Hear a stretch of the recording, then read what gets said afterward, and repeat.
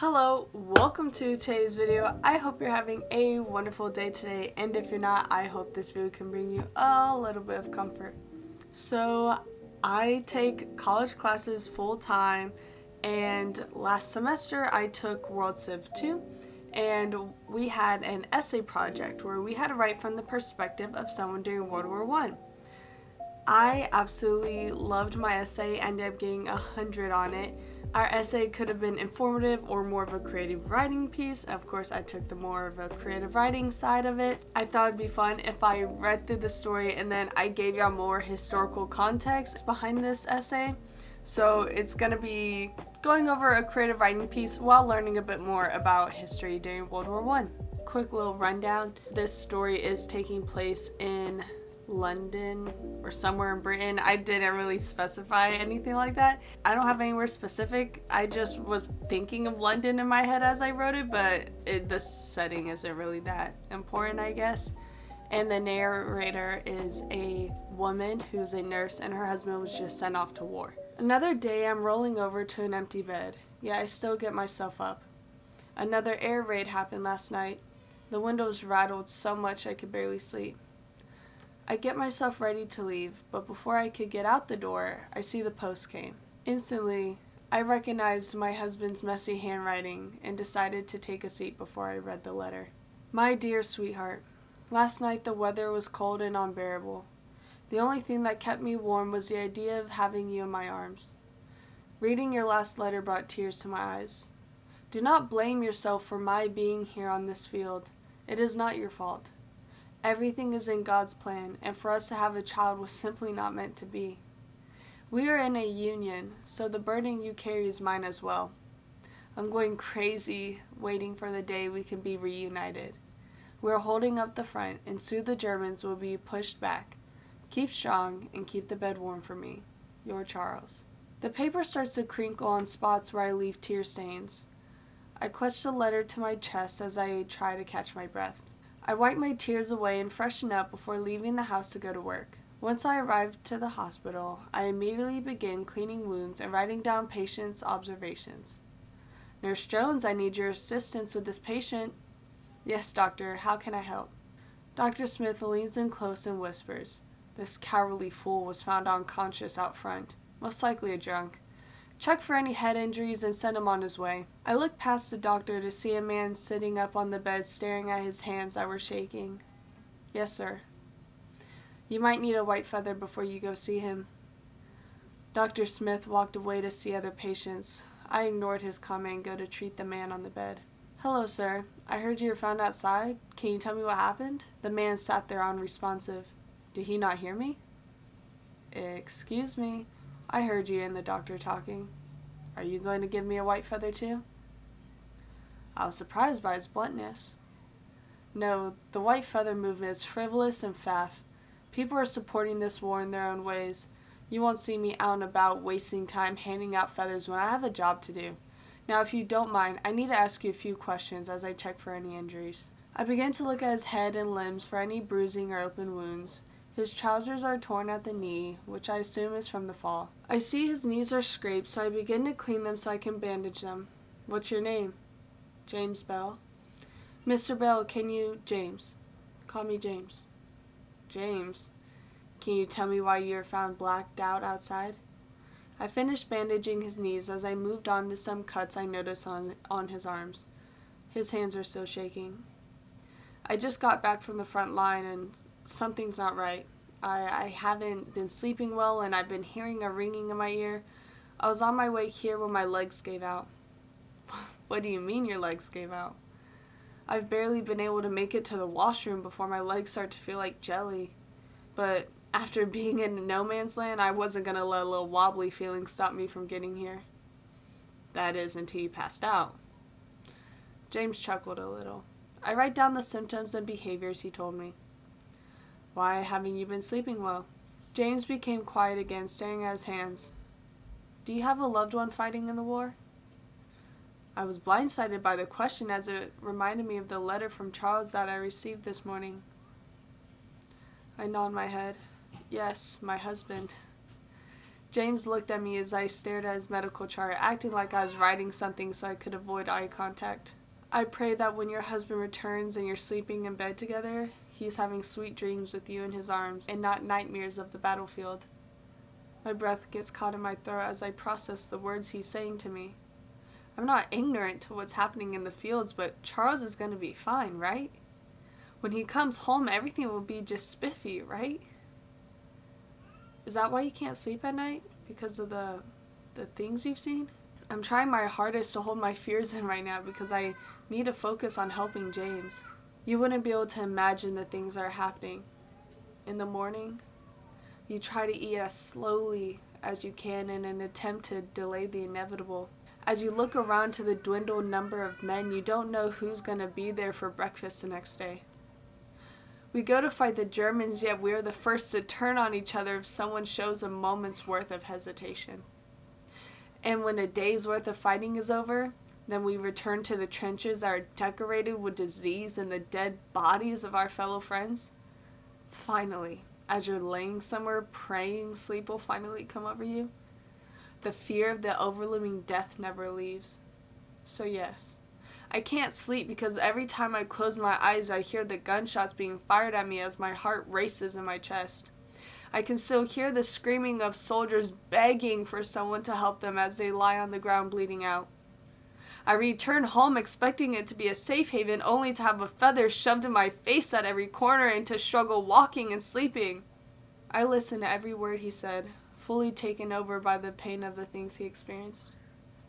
I'm so sorry, James. I can't do anything to fix what has already happened, but I'll talk to the doctor to see what we can do to ease your other problems. Thank you, Nurse Jones. And thank you. He looked at me with understanding as he knew that my thank you was not only for his service but for telling his story. I nod my head at him as I leave to find the doctor. Once I find Dr. Smith, I tell him the symptoms and issues James is experiencing. Sounds like he has shell shock. Shell shock? What is that? It's a new term created by soldiers themselves to describe their behaviors and symptoms when they return from battle. Depending on who you ask, some believe this is a mental problem causing physical symptoms from the soldiers' time at war. Honestly, I think Charles S. Myers a crock, along with his fake diagnosis as an excuse for men to be cowards. If I didn't know how to bite my tongue, I would have asked him if he was a coward for not being in the field. But I know my place in society, and I know it's not my place to make that type of comment. Well, is there anything we can do to alleviate the physical symptoms he's experiencing? Doctor, tell him if he doesn't want to be of use to his country, then I'll discharge him as an invalid, and he doesn't have to worry about working again. All I could do was stare at Dr. Smith in disbelief at the ignorance that came out of his mouth. Sir, Mr. Bell fought for our country and has seen countless men dying on those battlefields every day. So if you want to insult his honor and call him an invalid, you can tell him yourself, because I won't do it. I walk away as fast as I can to assist with another patient. After a long day of work, I return home with a heavy heart and get a pencil and paper. To my love, Charles, I was overcome with emotion after reading your letter. You're right. Everything is in God's hands. And I pray that he keeps you safe, and that when you come home it will be as if nothing has changed. You know your wife is not a fool, and I won't pretend to know the things you're witnessing. But I pray that this war doesn't continue to haunt you once it's over. Today I've seen a different side of this war and its impacts on all of us as a society. All you need to do is focus on returning home safely, and I'll focus on doing my part here, which will begin with those damn white feathers. If I ever see another white feather being given to anyone, or to you, I will burn them all, and we'll sit in each other's arms by the fire glow. Remember, I love you, and I will continue to keep the bed warm. Love, Emily. So let's talk about the characters. You have Dr. Smith. We don't like him. We have James Bell. You have Charles and Emily Jones. They aren't based on real people. I kind of just looked up popular British names during this time. Let's just go through the story and I'll just talk about things as they come along. So it starts off with her waking up saying she couldn't get sleep because there's an air raid. Germans often came and dropped bombs around the city of London, and I found a specific story where a woman describes a time she remembers her windows rattling and their shutters rattling because of this, and it was like the earth was shaking, which is why I describe another air raid happened last night. The windows rattled so much I could barely sleep. And then the letter comes. The whole point with this letter from Charles is a couple things. There's a couple points to this letter. So letters from men during, well, more especially World War I, that I remember my teacher pointing out, is that the men would often lie in these letters to loved ones, to family members, because they wanted to make it seem like they were doing better than they actually were, to keep morale up back at home and to block family at home from knowing the truth on what was happening in the battlefields. And so that's why when he's like, we're holding up the front and soon the Germans will be pushed back, I keep it very short and brief because I didn't want to get into too much detail about it. But it's easier to say that they're winning and that they're pushing the Germans back and they're holding up the front when it's not the truth. That's what I wanted to tell. And then you end up coming back to it where she's like, I know you're probably not telling me the whole truth. I know there's probably a lot more going on to it. And that's the realization. The reason why this story takes place around 1916 is because before that, my history teacher had told us that the first people who were drafted, in Britain at least, were single men at a certain age or whatever, right? And then at a certain point, they really needed more men in the army. So they started drafting married men with no children, which is why in this letter, it's kind of explaining how she at one point blamed herself for not having a child, for not conceiving a child before he got sent off to war. And of course, I thought that kind of fit in general because women throughout history have always been shamed for not having children. So now she's shaming herself because now her husband's life is on the lines. And here, I wanted him to be like a great, like, modern man, you know? Do not blame yourself for my being here on this field. Everything's in God's plans, and for us having a child was simply not meant to be. We are in a union, so the burden you carry is mine as well. Basically just being a great husband and not blaming her for anything, because it's not her fault for not being pregnant and having a child, right? My lovely father used to be in the army, and whenever he would write letters home, he would always sign it as another day in the life of a soldier. And so in these letters, I really wanted there to be some kind of sign-off that was just between these two. And I also found other love letters between people from World War I to their like wives and things like that. And there was often like some kind of sign-off or some kind of cute pet name. So that's why I use like my dear sweetheart or your Charles. And then he ends it off with, keep strong and keep the bed warm for me. Now that ties back into her letter, which she says, remember, I love you, and I'll continue to keep the bed warm. Which I'll talk more about that line as I go through the story. So, before she goes in to see Mr. Bell, Dr. Smith says you might need a white feather before you go see him, because he's already seen this man. This man is out of uniform. He was found unconscious in front of the hospital, so he assumes he was a drunk, someone who's not fighting in the war. Now, let me give some context. The white feather movement started during World War I in Britain, where women who were at home would basically walk around with white feathers, and if they saw a man out of uniform, they would give them a white feather as a form of cowardice. However, it's so insulting in so many ways that these women who are just staying home are like giving out white feathers. Like, who are you to judge anyone, really? First of all. Second of all, if a man was out of uniform, he could have worn a medal to still show that he was like, he served. And women would either not see the medal or the man just forgot to wear it. These women would give these like war heroes these white feathers and be like, wow, you're such a coward, when they served for us. So it's like, who are you to assume and judge anyway? It wasn't just with women you saw this, it was just women were the ones who handed out the feathers. But it was still a common belief that like men needed to be serving and fighting for their country, and if not, like, they're cowards. Which circles back to shell shock. Shell shock, the definition I give is pretty close to what I found on multiple sites. Shell shock was a term that was created by soldiers to describe how they were feeling when they were returning back.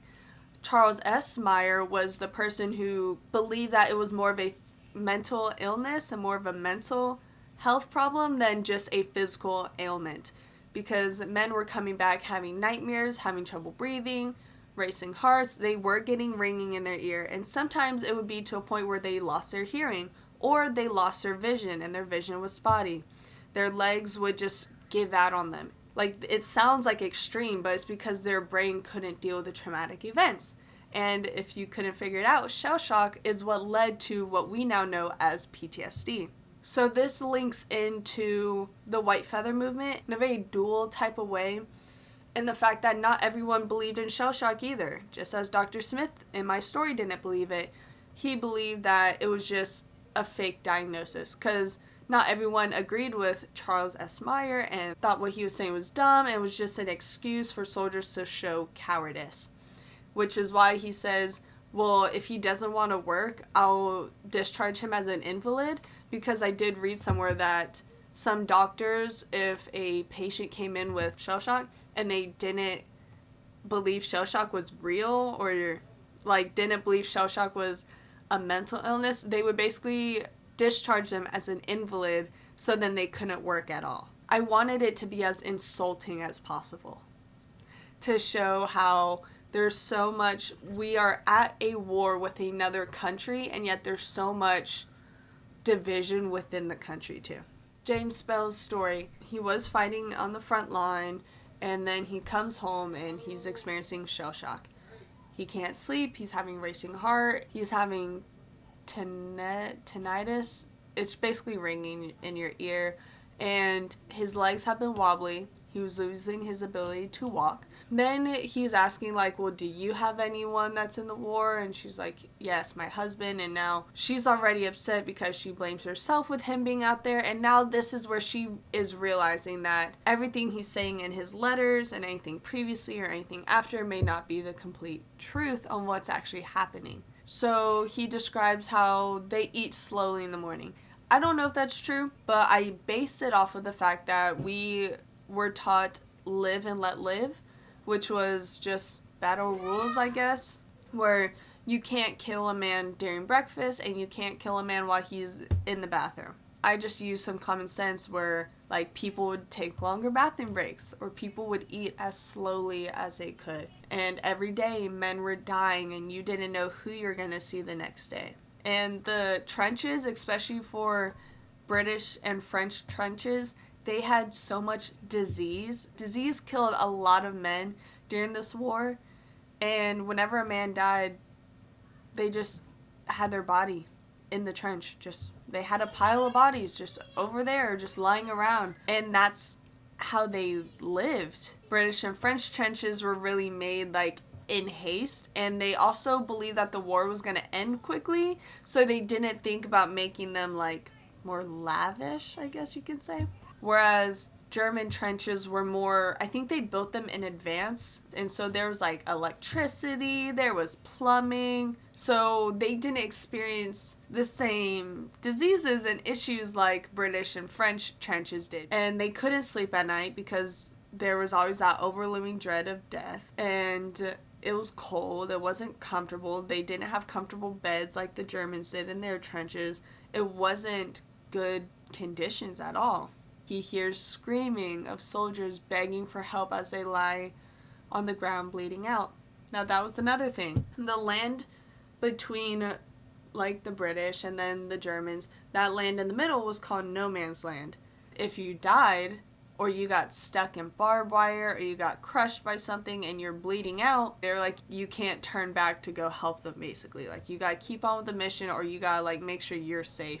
So there's just lots of people who were, like, crying, begging for help, and all you could do was listen to them as they slowly died out. And then another thing I mentioned while they're talking, we go to fight the Germans, yet we are the first to turn on each other if someone shows a moment's worth of hesitation. This is also true. If you were in battle and someone wanted to turn around, the first thing you do is shoot them. even if they're on your own side, because they're scared, because they don't want to do it anymore, then you shoot them. I don't think for this paragraph I had a lot of specific stories, but it was just things that my teacher had told me, and I felt it. And I imagined what it'd be like if I was there. The struggle of like having to shoot your own men, the struggle of hearing someone you know bleeding out while he's stuck in barbed wire or being shot at, and eating breakfast knowing what's going to happen next. That's what I wanted to display there. It's not just history. This was their lives. And then some return home expecting to finally be safe, having a break from being on the front lines, only to be misjudged and having a white feather shoved in their face. And then to now have these physical problems that they're dealing with, and to be told that they're being cowards, or to be told that it's not real, or it's just physical issues. So now they're trying to solve the physical issues when not realizing that it's a mental issue. And then Emily Jones, again, I wanted it to be like, what's it called? Self-knowing, where she knows that she's a woman and it's not her place in society to make a comment like, well, why are you judging these other men for being cowards when you're not in the fields either? Which that was something I was confused about and didn't really like find anything on, is like, how did male doctors stand in society? Like, were they called cowards for not specifically fighting in the fields, or were they seen equally respectable because some male doctors were out in the fields helping patients, or some stayed home to help patients? Like, I wasn't sure where that fit with anything. So, because I didn't know where it fit, I wanted it to be a little spiteful remark that wouldn't be said. Like, spiteful remark that should be made, so it is written, it is made, yet not directly stated to the man himself. She comes home and she's like, you know what, you're right. Everything is in God's hands, and when you come home, I hope that this war doesn't haunt you. Basically, she's hoping he doesn't have shell shock. She's talking about the impacts that war has on the society itself. Like, we're fighting the Germans, and yet we're busy handing out white feathers to each other. We're busy handing out white feathers to each other instead of treating patients and getting on with our lives. She already didn't like the white feathers to begin with, and now she can't stand them even more. So she's like, I'll do my part here with those dang white feathers. And I wasn't sure how I wanted her to close it off. I was like, how do you get rid of a feather? Like, weren't they using quills to write these letters? So I was like, how should she get rid of a feather that's the most, like, girl boss energy? Yeah, she should just burn them. So she's like, if I ever see another white feather being given to anyone, or especially you, I will burn them all. And you and I will sit in each other's arms by the fire's glow. And remember, I'll continue to keep the bed warm. I loved that wrap-up. I thought it was beautiful. I got 100 on this paper. It has 1,562 words. I am very proud of it. Thank you so much for watching. I hope you enjoyed this video. I hope you enjoyed my story, and I hope you enjoyed learning a bit more about our history with World War I. Be sure to check out my description box for any socials. Make sure you like and subscribe, comment down below, and I hope you have a wonderful day today. You'll find out the narrator's James, and I pray that Bottles in here. If I find a bottle in this dirty clothes, I'm whooping everybody. to my love, Charles. Alright, so let's talk about the characters. You have James Bell's story, because British and French trenches were made. So air raids were really popular? No. Duality. And Emily Jones, just like her husband, she's a modern woman too. She's like, I gotta worry about me and make sure I'm doing my part to help the country. I'm not worried about putting other people down, as she should. She's now seeing a different side of the war. She's seeing the impacts it is having on them. I'm saying us as if I'm her. I'm Emily Jones. Yeah, I'm a reincarnation of Emily Jones. It like defined history. World War I defined history. I'm a scholar.